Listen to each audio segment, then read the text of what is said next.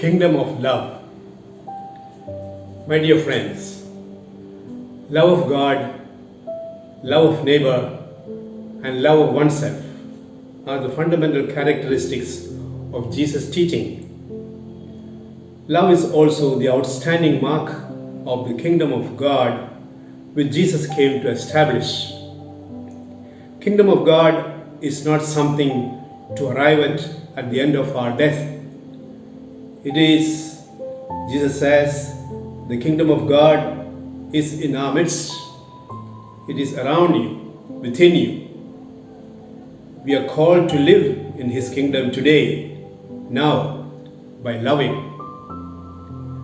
Once a scribe asked Jesus, which is the greatest commandment? And Jesus replied, Hear, O Israel, the Lord our God, the Lord is one.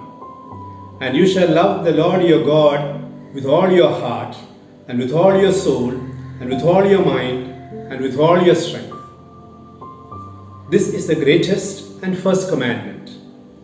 And the second is like it. You shall love your neighbor as you love yourself. Did you observe that even before Jesus introduces the commandment of love, Jesus places before them another instruction? It is almost like an important prelude to the commandment of love. Hear, O Israel. Jesus invites us to listen to Him, to hear Him. In order to love the Lord, our neighbor, and ourselves, we need to listen to the Lord, to our neighbor, and to our own selves genuinely. In our busy world, genuine listening has become a rare commodity. Hence, genuine love too has become very scarce. Awareness of God is diminishing because people have no time to listen to God. Love is one of the fruits of faithful listening. Jesus listened to the voice of God at baptism. You are my beloved Son, in whom I am well pleased. These words, listened with love, empowered Jesus to love His Father fully and to love His brothers and sisters. We too are called to listen to God. Have we genuinely listened to God who says to us, I have loved you, my people, with an everlasting love? Jeremiah chapter 31, verse 3. For our love for God is only a shadow of God's love for us. Without experiencing God's love, to venture into His kingdom can be difficult. We love God because He loved us first.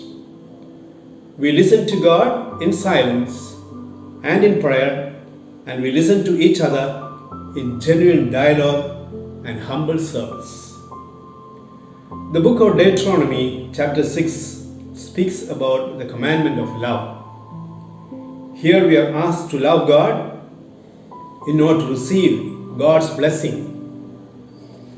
Jesus understands this commandment differently. In the encyclical of Pope Benedict XVI, Deus Caritas Est, God is love, the Pope explains the love of God as agape, a love which seeks what is best for the other person. Love is in giving, not in receiving. God loved the world that He gave His only Son. A question which spontaneously arises in our mind is, can love be commanded?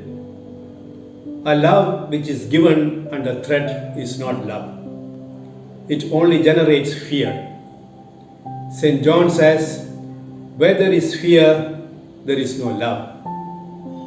Human beings are made in the image and likeness of God, who is love.